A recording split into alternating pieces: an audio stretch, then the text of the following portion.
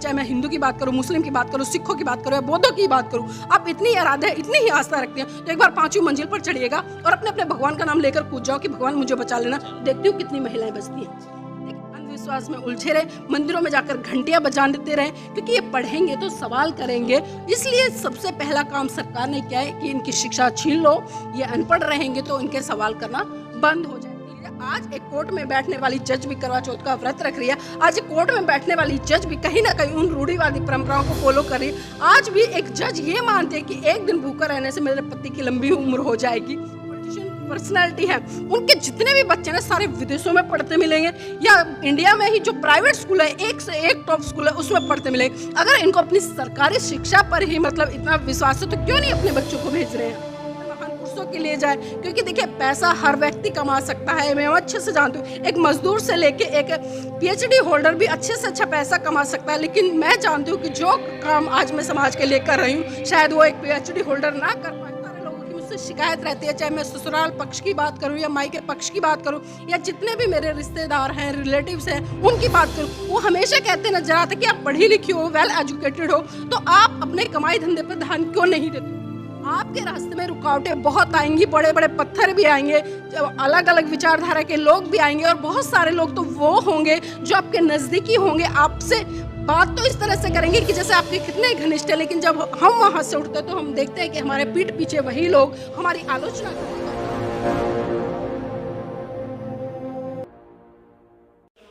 नमो बुद्धाय, जय भीम। मैं ऋतिक रोशन स्वागत करता हूं आप सबका अपने चैनल प्रज्ञा टाइम्स में। और मेरे साथ वो शख्सियत मौजूद हैं जो पत्रकारिता के क्षेत्र में एक बहुत बड़ी वर्तमान समय में पहचान बन चुकी हैं और ये अपने पहचान की मोहताज नहीं हैं, जिनका नाम आप सब जरूर सुने होंगे। नीलम बौद्ध जी हमारे साथ मौजूद हैं और इनसे हम आज कुछ बातचीत करेंगे और कुछ समझना चाहेंगे। मैम, आज का जो समय है, आज के समय में देखा जा रहा है कि बुद्ध को मानने वालों की जनसंख्या धीरे धीरे बढ़ती जा रही है और हिंदू वर्ग को मानने वालों की संख्या तो पहले से ज़्यादा है, लेकिन फिर भी जो महिला वर्ग है वो बुद्ध को नहीं समझ पा रही है, जिससे कि बुद्ध को मानने वालों की लोग संख्या बढ़ने में थोड़ी सी कमी आ रही है। इस चीज़ को आप किस तरह से देखती हैं? देखिए, इसमें आपने बिल्कुल स्पष्ट कहा है कि महिलाएं नहीं जाग रही हैं और मैं इस बात से बिल्कुल भी वास्ता नहीं रखती हूँ जिस तरह से आपने कहा, क्योंकि मैं जीता जागता एक उदाहरण हूँ समाज के लिए नहीं बल्कि पूरे देश के लिए। मैं नीलम बौद्ध हूँ और मैं आपको बता दूँ आज तक मैंने किसी भी तरह से बौद्ध धर्म की दीक्षा नहीं ली है। जो नाम मेरे पीछे लगा है बौद्ध, वो समाज ने लगाया, देश के लोगों ने लगाया। मेरी आइडियोलॉजी को देख के, मेरे व्यवहार को देख के हम ये नहीं कह सकते कि महिला नहीं आ रही है। कहीं ना कहीं आप अगर वर्तमान का सिनेरियो उठाकर देखें तो इसमें मैं जो पूरी एक तरह से कहूँ कि पुरुष जिम्मेदार है, क्योंकि कहीं ना कहीं हम देखते हैं कि जब समाज में किसी भी तरह के धार्मिक कार्यक्रम होते हैं, आयोजन होते हैं, संगोष्ठियाँ होती हैं या विचार गोष्ठी होती है, तो वहाँ पर पुरुष बाइक गाड़ी उठाता है और अकेला चला जाता है। वो कभी भी अपनी ये भूमिका नहीं निभाता कि जिस तरह से बहुजन महान पुरुषों ने अपने साथ में, चाहे मैं माता रमाबाई की बात करूँ, सावित्रीबाई फुले की बात करूँ या फातिमा शेख की बात करूँ या बहुजन समाज में जितनी भी महानायिका जन्मी है उनकी बात करूँ, उदाहरण के तौर पर लीजिए। अगर ये समाज में निकल के नहीं आती तो बताइए क्या राजनीतिक क्षेत्र में, धार्मिक क्षेत्र में या सामाजिक क्षेत्र में हम लोग प्रगति कर पाते। तो आज जो महिलाओं की भूमिका है बहुत जरूरी बन जाती है, लेकिन इसके लिए पुरुषों को भी कहीं ना कहीं एक भागीदारी निभानी चाहिए। जब आप किसी भी कार्यक्रम में जाते तो अपने घर की महिलाओं को लेकर जाओ। अक्सर मैं सुनती भी हूँ और देखती हुई हूँ कि पुरुष हमेशा एक बात कहते नजर आते कि घर की महिलाएं मानती नहीं है। अब एक बात बताइए, जब आप शादी विवाह में जाते हैं तो कहीं ना कहीं आपके मन में ये जिज्ञासा होती है कि मैं 1100 रुपये वहाँ पर दान के रूप में दे के आऊँगा, कन्यादान कहे या कुछ भी कहे या गिफ्ट के तौर पे कहे, तब आप पूरे परिवार को ले जाते, चाहे आपकी बेटी हो या बहू हो या आपकी जीवन संगनी हो, तब भी तो वो जा रही हैं, तब वो मना क्यों नहीं करती। लेकिन ये जिम्मेदारी हम नहीं समझते हैं और ना ही पुरुष साथी समझता है। जिस दिन पुरुष साथी ने इतना समझ लिया कि हम कहीं पर जाएंगे तो खाली हम अकेले विचार नहीं लेकर आएंगे, बल्कि ये जिम्मेदारी उठानी चाहिए कि जब भी जाए अपने घर की महिलाओं को लेकर जाए, तभी महिलाओं की भागीदारी सुनिश्चित हो पाएगी। आप एक महिला वर्ग से हैं और आप जो है कि पत्रकारिता क्षेत्र में आपने इतना जो है कि परिश्रम किया और समाज के हर जहाँ प्रोग्राम होता है पूरे भारत देश में या भारत से बाहर जहाँ भी प्रोग्राम होता है आप जाती हैं। आपका संघर्षमय जीवन कैसा रहा? आपने शुरुआत कैसे किया? क्या आपको किस किस प्रकार की कठिनाइयाँ का सामना करना पड़ा? इसके बारे में कुछ बताइए। देखिए, अगर कठिनाई की बात करूँ तो हम जब सामाजिक क्षेत्र में उतरते हैं तो हर व्यक्ति के जीवन में बहुत सारी कठिनाई आती है, क्योंकि समाज में काम करना आज के समय में आसान नहीं रहा है। क्योंकि कई महान पुरुषों ने कहा है कि अगर आप समाज में काम करने निकलते हैं तो कभी भी ये मत सोचना है कि आपको सिर्फ फूलों के हार मिलेंगे। आपको वहाँ कांटे भी मिलेंगे, पत्थर भी मिलेंगे, लोगों की आलोचनाएं भी मिलेंगी, लोगों की प्रताड़नाएं भी मिलेंगी। क्योंकि जब आप समाज में काम करते हैं तो आप मुखर रूप से अपनी बात को रखते हैं। आप ये परवाह नहीं करते कि सामने वाले को मेरी बात बुरी लगेगी या अच्छी लगेगी, कौन मेरी बात से प्रभावित होगा। एक सामाजिक व्यक्ति बिल्कुल स्वतंत्र होकर, निष्पक्ष होकर अपनी बात को मुखर रूप से रखता है और उसका उद्देश्य होता है कि समाज में जितने बड़े स्तर पर जागृति हो सके। मैं खासकर महिलाओं की बात करूं तो मैं कहीं ना कहीं ये देखती हूं कि जिस तरह से मैं महिलाओं को पाखंडवाद से, रूढ़िवाद से, इन परंपराओं से निकालने का प्रयास करती हूँ, तो कहीं ना कहीं एक दूसरा महिला पक्ष जो इन परंपराओं को, इन रूढ़िवादी परंपराओं को फॉलो करता है, वो कहीं ना कहीं मुझे टारगेट भी करता है। पुरुष भी मुझे बहुत बड़े स्तर पर ट्रोल करते हैं। तो ये मानसिकता है कि देखिए, जब जब हम काम करेंगे तब तब हमारे ऊपर उंगलियां उठेंगी, लेकिन ये आपका दायित्व होना चाहिए और आपको अपने महान पुरुषों से सीख लेनी चाहिए। चाहे मैं साहब मान्यवर काशीराम जी की बात करूँ या बाबा साहब की बात करूँ या ज्योतिबा फूले जी की बात करूँ या अन्य जितने भी महान पुरुष रहे हैं उनकी बात करूँ, हमें उनसे सीख लेनी है। क्योंकि मैंने कहा ना, आपके रास्ते में रुकावटें बहुत आएंगी, बड़े बड़े पत्थर भी आएंगे, अलग अलग विचारधारा के लोग भी आएंगे और बहुत सारे लोग तो वो होंगे जो आपके नज़दीकी होंगे, आपसे बात तो इस तरह से करेंगे कि जैसे आपके कितने घनिष्ठ है, लेकिन जब हम वहाँ से उठते हैं तो हम देखते हैं कि हमारे पीठ पीछे वही लोग हमारी आलोचना करने का काम करते हैं। तो संघर्ष हर जीवन में, चाहे आप सामाजिक क्षेत्र में जाएंगे, धार्मिक में जाएंगे, राजनीति में जाएंगे, आपके पीछे 10 आपके समर्थक होंगे तो 20 वहाँ पर आपको अस्वीकार करने वाले लोग भी होंगे।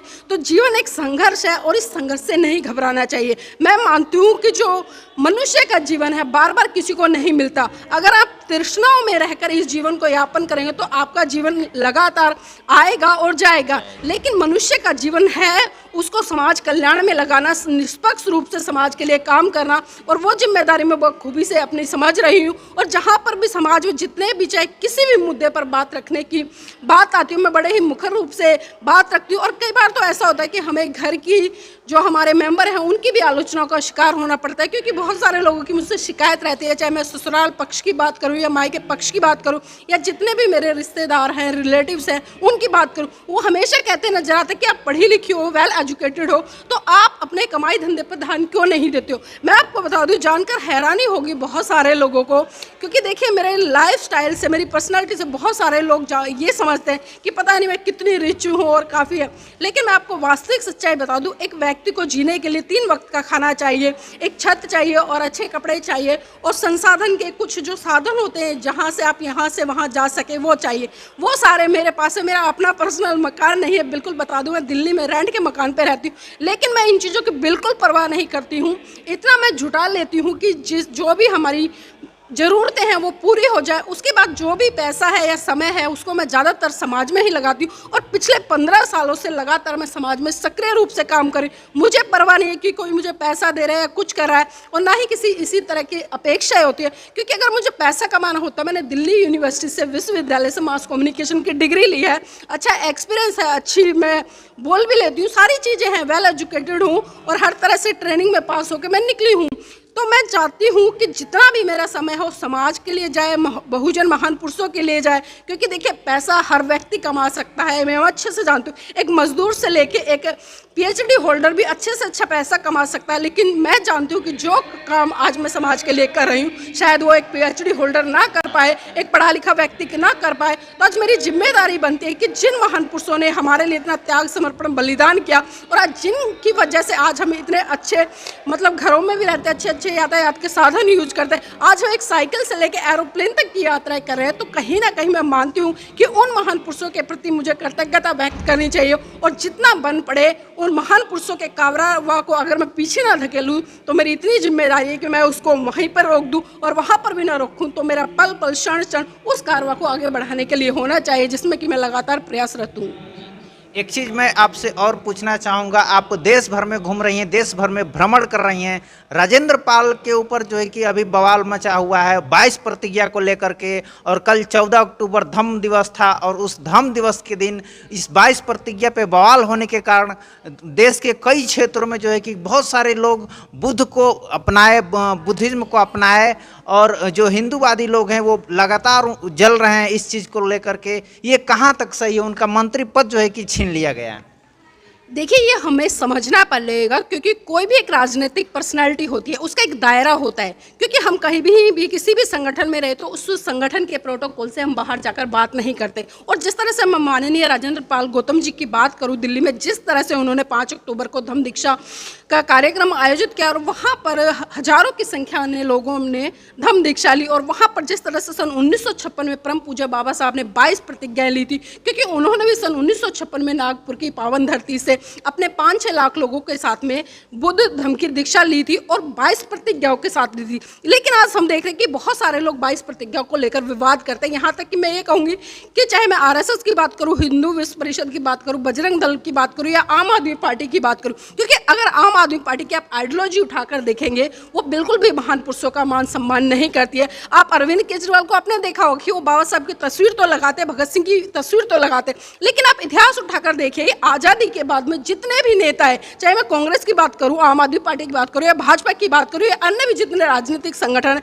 आप मुझे ये बताइए कि सिर्फ फोटो या तस्वीरें या मूर्ति लगाने के अलावा किस पार्टी ने आज तक उनकी विचारधारा को पढ़ाने का काम किया, उसकी विचारधारा को लोगों तक पहुंचाने का काम किया? तो ये मापदंड भी हमें समझना चाहिए, क्योंकि राजेंद्र पाल जी उस मंत्रालय में हैं और जिस तरह से इस्तीफे की मांग की, आप उनका इस्तीफा साफ साफ पढ़ सकते हैं कि किस भावना से लिखा गया है, किस कैसे शब्द यूज करे गए हैं और जिस तरह से उनका जो इस्तीफा है। क्योंकि कोई भी व्यक्ति है, चाहे मैं हूँ, आप हूँ, एक अन्य कोई व्यक्ति है, राजेंद्र पाल गौतम जी, कोई मंत्री है, तो बताइए मुझे मंत्री पद से इस्तीफा क्यों देगा? क्यों देगा? ये हमें अच्छे से समझना है कि जो अरविंद केजरीवाल है किस आइडियोलॉजी का व्यक्ति है और उसने प्रेशर बनाया है, वो समाज में दिखाया जा रहा है कि उन्होंने राजेंद्र पाल गौतम जी ने इस्तीफा दे दिया। अगर इस्तीफा की बात करूं, मैं यहाँ पर त्याग समर्पण की बात करूं, तो आप बाबा साहब का इतिहास उठाकर देखिए। जब पहले ही मुझमें सरकार में वो कानून मंत्री रहे और जिस तरह से हिंदू कोड बिल को पास होने नहीं दिया गया था, तो उन्होंने महिलाओं के हक अधिकार के, चाहे वो किसी भी जाति धर्म क्षेत्र भाषा की रही हो, उनके लिए उन्होंने कानून मंत्री पद से त्याग पत्र दिया था। तो इस तरह का त्याग पत्र होता है, ना कि राजेंद्र पाल गौतम जी ने जिस तरह से दिया। क्योंकि हम जानते हैं एक राजनीतिक पार्टी है, गुजरात में चुनाव, और गुजरात में जिस तरह से हिंदू मुसलमान का प्रकरण चल रहा है, और आप मेन मीडिया पर भी उठाकर देखिए, क्योंकि हम देख रहे हैं कि बात हो रही है यहाँ पर हिंदू वर्सेस बौद्धिस्ट की, लेकिन डिबेट क्या चल रही है? हिंदू वर्सेस मुस्लिम। तो इससे आप समझ सकते हैं कि हम किस दिशा में जा रहे हैं, या लोग किस दिशा में जा रहे हैं, या लोगों की भावनाओं को किस दिशा में उमड़ने का काम किया जा रहा है। तो जब तक हम सही तरीके से सही विचारधारा को, सही जो बातें हैं उनको मनोसात करके आगे प्रचारित और प्रसारित करने का काम नहीं करेंगे, और कितने ही हम बौद्ध धर्म की दीक्षा ले लें, जब तक हमारे व्यवहार में, हमारे आचरण में शुद्ध रूप से धम्म नहीं आएगा, हम अपने व्यवहार को नहीं सुधारेंगे। अब मैं नीलम बौद्ध बन जाऊँ, शाम को मैं दारू पी के सो जाऊँ, बताइए किस बात की बौद्ध? मैं नीलम बौद्ध बन जाऊँ, मैं व्यभिचार करती फिर, बताइए मैं किस बात की बौद्ध? मैं नीलम बन जाऊँ, मैं किसी की प्रॉपर्टी पे नजर डालूं, मैं चोरी करूं, बताइए मैं किस बात की बौद्ध? तो सबसे पहले हमारा आचरण, जो महाकारुणिक तथागत बुद्ध ने हमें 5 सील दिया, उसको हमें फॉलो करना पड़ेगा। जब तक हम उन बातों को फॉलो नहीं करते, अष्टांगिक मार्ग को फॉलो नहीं करते, तब तक मैं कहूँगी कि आप कितने ही बौद्ध बनते रहिए, बौद्ध आए बौद्ध चले गए। अगर मैं वर्तमान में अभी बात करूँ तो देखिए, आपने बहुत अच्छा सवाल पूछा है कि जो लोग बौद्ध बन रहे हैं 22 प्रतिज्ञा को, क्योंकि 22 प्रतिज्ञाएं, कोई भी व्यक्ति बौद्ध बनता है तो बिना 22 प्रतिज्ञा के जो व्यक्ति बौद्ध बन रहा है, मैं उसको आधा अधूरा मानूंगी। और 22 प्रतिज्ञाएं बाबा साहब ने ऐसे ही नहीं दी है, उसके पीछे बहुत बड़ा कारण है। क्योंकि आप किसी भी संस्कृति को, किसी भी परंपरा को, किसी भी विरासत को छोड़ के आ रहे हैं, तो जब तक आप पुरानी चीज़ों का त्याग नहीं करेंगे तो हम नई चीज़ों को कैसे ग्रहण करें? अब उदाहरण के तौर पे देखिए, आपने पुराने कपड़े पहने हैं, मैंने पुराने कपड़े पहने, जब तक मैं इन पुराने कपड़ों का त्याग नहीं करूंगी तो बताइए मैं नए कपड़े कैसे पहन लूँगी? अब मैं ये करूँ, मैं पुराने भी कपड़े पहन लूँ, ये गंदे हैं, मैले हैं, कुचले हैं, और इनके ऊपर मैं साफ कपड़े पहन लूँ, तो इसका औचित्य क्या रहेगा? मेरे साफ कपड़े भी गंदे हो जाएंगे। तो इसीलिए परम पूज्य बाबा साहब ने 1956 में जो 22 प्रतिज्ञाएं दी थी, वो अपने अनुयायियों को दी थी और खुद भी ली थी। तो आप समझना चाहिए कि 22 प्रतिज्ञाओं का महत्व क्या है, और जो लोग 22 प्रतिज्ञाओं को लेकर बवाल मचा रहे हैं, यहाँ तक कि केंद्र सरकार हर साल उनको, जो बाबा साहब के वॉल्यूम है उसमें 22 प्रतिज्ञाएं छपती है, तो फिर आपत्ति कैसी? यहाँ पे मैं एक और छोटा सा सवाल करना चाहूँगा। पूरे देश में जो है कि दलित वर्ग के लोग, गरीब वर्ग के लोग रहते हैं, और आज भी हम वर्ष 2022 में जी रहे हैं, और यहाँ पे डिजिटल इंडिया की बात होती है, हर जगह विदेश तरक्की कर रहा है, लेकिन भारत में हमारे देश में ऐसे गांव हैं जहाँ पे 2-4 जो है कि बच्चियाँ, मैं बच्चियों का इसलिए जिक्र कर रहा हूँ चूँकि आप महिला वर्ग से हैं, बच्चियाँ जो है कि मिल जाएंगी जो कि स्कूल की मुंह नहीं देखती हैं। अभी 1-2 बच्चियों से मैंने यहाँ भी संपर्क किया जो कि स्कूल नहीं जा पाती हैं, और इसके पीछे क्या कारण रहा? आखिर लोग इतना शिक्षा को महिलाओं के प्रति संवेदनशील क्यों नहीं समझ रहे हैं? तो इसके बारे में आप क्या कहना चाहेंगी? देखिए, हम कितना ही डिजिटल इंडिया बना लें, कितना ही डिजिटल इंडिया की बात कर लें, कितने ही डिजिटल इंडिया के मॉडल दिखा लें, लेकिन जब तक सही रूप में उस डिजिटल इंडिया को हम धरातल पर चरितार्थ नहीं करेंगे तब तक ये डिजिटल इंडिया बनने वाला नहीं। और जिस तरह से आपने एजुकेशन की बात करी, आप तो वो कह रहे हैं कि कुछ महिलाओं की, मैं कह रही हूँ आप आंकड़ा उठाकर देखिए, आप सर्वे कराकर देखिए, यहाँ तक कि आप दिल्ली लो, उत्तर प्रदेश लो, भारत के जितने भी राज्य एक बार सर्वे कराइए, ग्राउंड लेवल पर कराइए। मैं कहती हूँ स्कूलों की दयनीय स्थिति है तो शिक्षा का स्तर आप समझ सकते हैं कि क्या होगा। आज शिक्षा धरातल पर मुंह बांधे खड़ी है, क्योंकि हम देख रहे हैं कि जो आज प्राइवेटाइजेशन है, जिस तरह से प्राइवेट स्कूल खुल रहे हैं, उनको तो सरकारें बढ़ावा दे रही है, क्योंकि उनको पता है वहां से भारी भरकम जो फीस मिल रही है वो हमारे लोग तो स्कूल नहीं चला रहे, वो उसी संस्कृति उसी विचारधारा के लोग हैं जो स्कूल चला रहे हैं प्राइवेट, और वो भारी भरकम फीस हड़पने का काम करते हैं। लेकिन जब हम सरकारी स्कूल की बात करते हैं, उनके आंकड़े उठा करते हैं, तो हमारे समाज के बच्चों को सिर्फ वो कटोरे में वो दाल चावल परोसने का काम किया जाता है, उनको एक वक्त का खाना खिलाने का काम किया जाता है, जबकि काम होना चाहिए। कोई भी सरकार है यहाँ पर जो अध्यापक पढ़ा रहा है उसको ईमानदारी से 60-70 हज़ार रुपये तनख्वाह मिलती है। जो प्राइमरी स्कूल की बात करें उससे ऊपर चले जाइए तो 1-1.5 लाख है, और उससे ऊपर और चले जाइए तो कम से कम 2.5 लाख सैलरी है दिल्ली में, बता रही हूँ मैं वर्तमान में अभी। लेकिन क्या 2.5 लाख रुपये सैलरी लेके, 70,000 रुपये सैलरी लेके, 1.5 लाख रुपये सैलरी लेके क्या वो अध्यापक ईमानदारी से पढ़ा रहा है, या सरकार उस पर इन्वेस्टिगेशन कर रही है कि जो पैसा उसको टीचर को दिया जा रहा है क्या इतनी ईमानदारी से पैसा बढ़ा? और आप सर्वे कराइए, जितने भी, चाहे मैं मंत्री बात करूँ, विधायक बात करूँ, जितने भी मतलब पॉलिटिशियन पर्सनैलिटी हैं, उनके जितने भी बच्चे ना सारे विदेशों में पढ़ते मिलेंगे, या इंडिया में ही जो प्राइवेट स्कूल है, एक से एक टॉप स्कूल है, उसमें पढ़ते मिलेंगे। अगर इनको अपनी सरकारी शिक्षा पर ही मतलब इतना विश्वास है तो क्यों नहीं अपने बच्चों को भेज रहे, क्यों नहीं भेजते हैं? अब जिस तरह से दिल्ली में हम देख रहे हैं कि अरविंद केजरीवाल जी की सरकार बनी, 2 बार बनी, पूर्ण बहुमत के साथ बनी, वो बाहर जाकर मॉडल दिखा रहे हैं। लेकिन मैं कहती हूँ दिल्ली में आप मेरे साथ चलिए, मैं स्कूलों को दिखाती हूँ, अब बिल्डिंग 2-4 बिल्डिंग बनाकर उनका मॉडल दिखाकर आप शिक्षा को नाप रहे हैं, जबकि आप बच्चों को देखिए। मैं कहती हूँ गारंटी से जो 11th-12th के बच्चे, मैंने खुद ट्यूशन पढ़ाया काफ़ी बच्चों को कई साल तक, 11th-12th के बच्चों को मल्टीप्लाई के बड़े बड़े सम नहीं आते हैं, उनको डिवाइड करना नहीं आता है ठीक से। तो बताइए आप किस तरह से शिक्षा का स्तर ले रहे हैं? जो बच्चा आज इंग्लिश में फ्लुएंट होना चाहिए, उसकी जो कन्वर्सेशन होनी है इतनी फ्लुएंट होनी चाहिए, जिस तरह से हम बात करें, एक प्राइवेट स्कूल के बच्चे को बिठा के देखो 3rd क्लास का, और एक आप 12th क्लास के बच्चों को बैठाइएगा सरकारी स्कूल का, आपको दोनों में ना जमीन आसमान का फर्क दिखाई दे जाएगा। और जिस तरह से महिलाओं की स्थिति दयनीय हो रही है भारत देश में, जाति, धर्म, क्षेत्र, भाषा के आधार पर, आप शिक्षा की तो बात छोड़ दीजिए, आज जिस तरह से हम देख रहे हैं कि बहन बेटियों के साथ में लगातार अत्याचार, शोषण हो रहे हैं, वो किसी से छुपा नहीं। अब जो सरकारें खासकर महिलाओं को सुरक्षा नहीं दे सकती, अपने देश के लोगों को अच्छी एजुकेशन नहीं दे सकती, आप समझ सकते हैं कि वो किस तरह से शिक्षा देंगी, या किस तरह से उनको आगे बढ़ाएंगे, किस तरह से उनके विकास की बात करेंगे। तो जो इंडिया का जो डिजिटल मॉडल है वो सिर्फ मॉडल बनकर रह गया है, धरातल पर बिल्कुल वो शून्य है।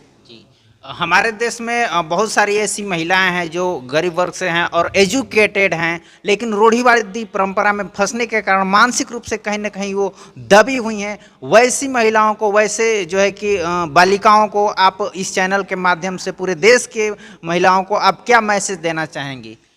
देखिए, आपने बात उन महिलाओं की करी, मैं उन महिलाओं की बात नहीं करूँ, बल्कि मैं सर समाज की सभी महिलाओं की बात करूँ। खासकर मैं उस तबके की महिलाओं की बात करूँगी जो आपको आज जज कहती है, डॉक्टर कहती है, इंजीनियर कहती है, कमिश्नर कहती है, एसीपी कहती है, डीसीपी कहती है। मैं उन महिलाओं की बात करूँ, मैं उन ग्रामीण क्षेत्र में रहने वाली कमज़ोर दलित महिला, या मतलब जो एजुकेटेड नहीं, उन महिलाओं की बात नहीं करूँ, क्योंकि मैं समझती हूँ कि वो पिछड़ी है, वो नहीं जानते। लेकिन आप आंकड़ा उठाकर देख लीजिए, आज एक कोर्ट में बैठने वाली जज भी करवा चौथ का व्रत रख रही है, आज कोर्ट में बैठने वाली जज भी कहीं ना कहीं उन रूढ़िवादी परंपराओं को फॉलो करिए। आज भी एक जज ये मानते हैं कि एक दिन भूखा रहने से मेरे पति की लंबी उम्र हो जाएगी।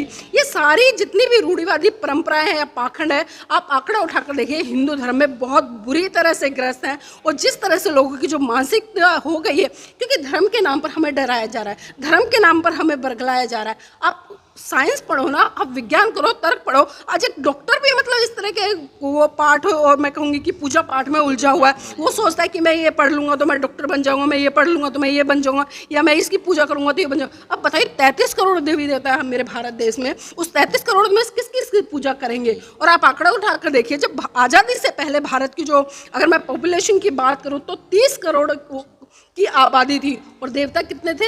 33 करोड़। अगर एक एक भी लगता, 1.5 भी लगता, तो भारत कब का आज़ाद हो गया होता, सारे अंग्रेजों को उधेड़ पेटता। जितने भी लोगों ने भारत को गुलाम बनाया, भारत कब का आज़ाद हो चुका है। क्यों नहीं हुआ?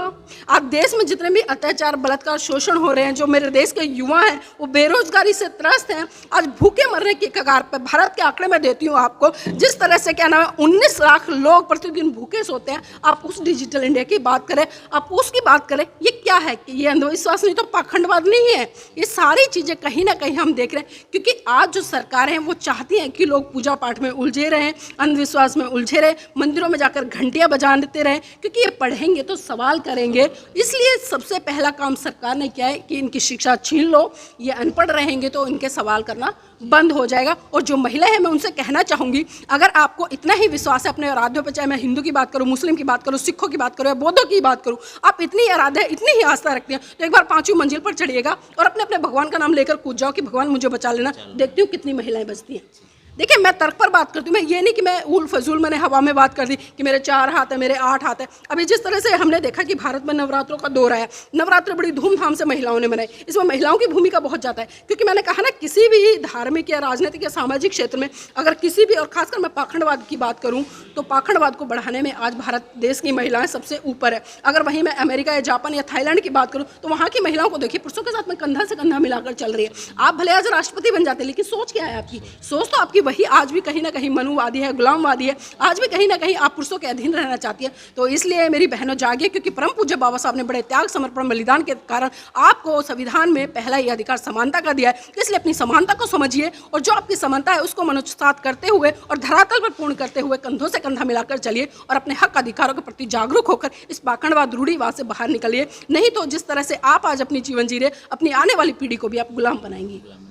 मैम, आप मेरे चैनल में आई और हमारे लोगों को बहुत सारे अच्छे अच्छे जानकारियाँ दी, इसके लिए मैं आपको बहुत बहुत साधुवाद देता हूँ। और मैं आप सबसे निवेदन करना चाहता हूँ, इस वीडियो को ज़्यादा से ज़्यादा शेयर करें और मेरे चैनल को सब्सक्राइब करें, लाइक करें। धन्यवाद।